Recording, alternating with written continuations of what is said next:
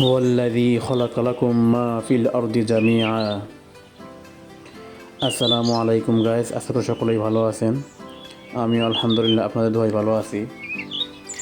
আজকে যে উদ্ভিদ নিয়ে কথা বলবো তার নাম হলো বননটে শাক বা কাটা শাক। এই শাক সাধারণত রাস্তার পাশে খোলা ময়দানে অযত্নে অবহেলায় বেড়ে ওঠে। এটি একটি বন ও শাক জাতীয় উদ্ভিদ যা বাংলাদেশের গ্রাম অঞ্চলে শাক হিসেবে রান্না করে খায়। এতে রয়েছে ভিটামিন সি, ভিটামিন এ এবং এবং প্রচুর পরিমাণে আয়রন রয়েছে। গ্রামের অনেক লোক এটাকে বিভিন্ন ওষুধের ক্ষেত্রে ব্যবহার করে থাকে, তবে এটা খাওয়ার আগে অবশ্যই যাচাই করে নেবেন।